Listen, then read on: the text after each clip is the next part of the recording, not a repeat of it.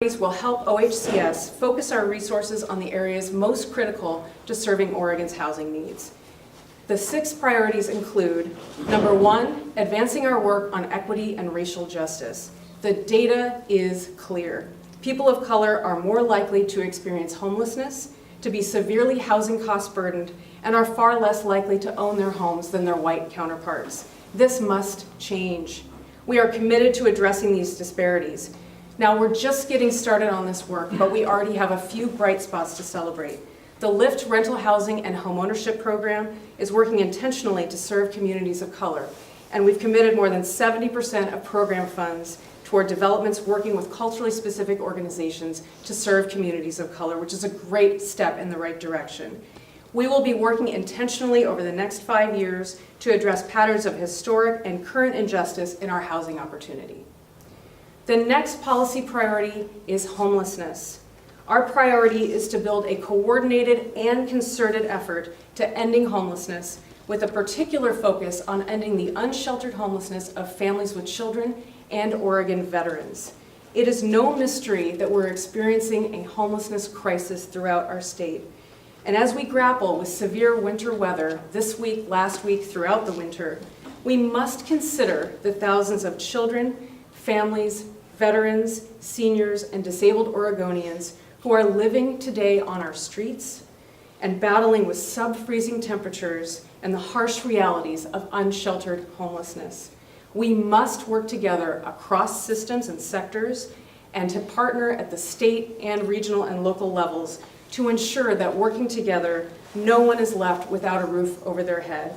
I want to recognize today the Oregon Department of Veterans Affairs. Their director is here with us today.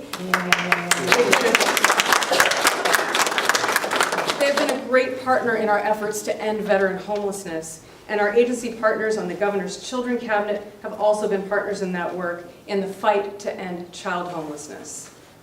The third theme is a theme we heard in every community across the state, and that is the need to advance the development of permanent supportive housing to stabilize Oregon's most vulnerable community members. Permanent supportive housing, sometimes called PSH, is a proven strategy that leads to better health and well-being while bringing significant cost savings to our public systems. OHCS has already been working on this important policy priority alongside our partners from the Oregon Health Authority and the Department of Human Services. And I think we have folks from both of those agencies here today as well. Thank you for your partnership to both OHA and DHS. Thank you. So to work collaboratively, we hope to finance more than 1,000 PSH homes over the next 5 years. Priority 4 is affordable rental housing. We are the statewide leader in financing the development, acquisition, and preservation of affordable housing. We will continue to focus on that critical work. We must close the affordable rental housing gap and reduce the high housing cost burden that is impacting tens of thousands of Oregonians. Our goal over the next 5 years is to triple our current development pipeline, up to 25,000 homes. And I'm proud to say that as of January 1st, we have more than 8,400 homes in our development pipeline. And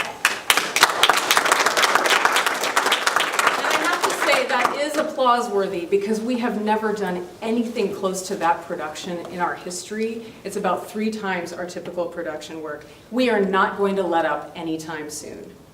The 5th priority is on homeownership. While we need to move our most vulnerable into housing, we also need to make sure to open the doors to homeownership to Oregonians as well. So we will be prioritizing the expansion of our homeowner programs to provide low and moderate income households with the tools to achieve and maintain homeownership.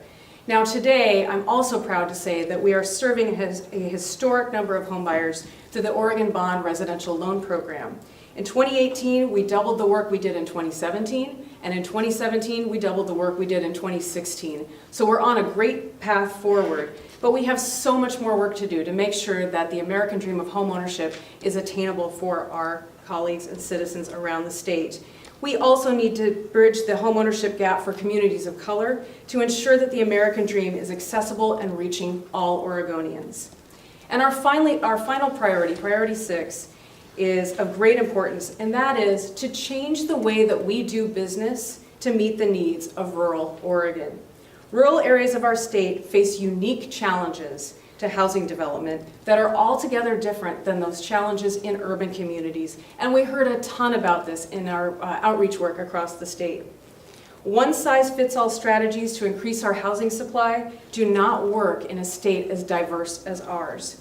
We will work to tackle the challenges facing rural Oregon and tailor our programs and resources to increase housing opportunities for Greater Oregon across the state.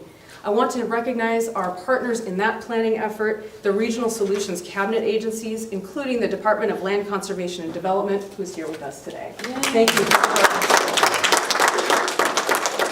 So now, without further ado, it is my pleasure to announce the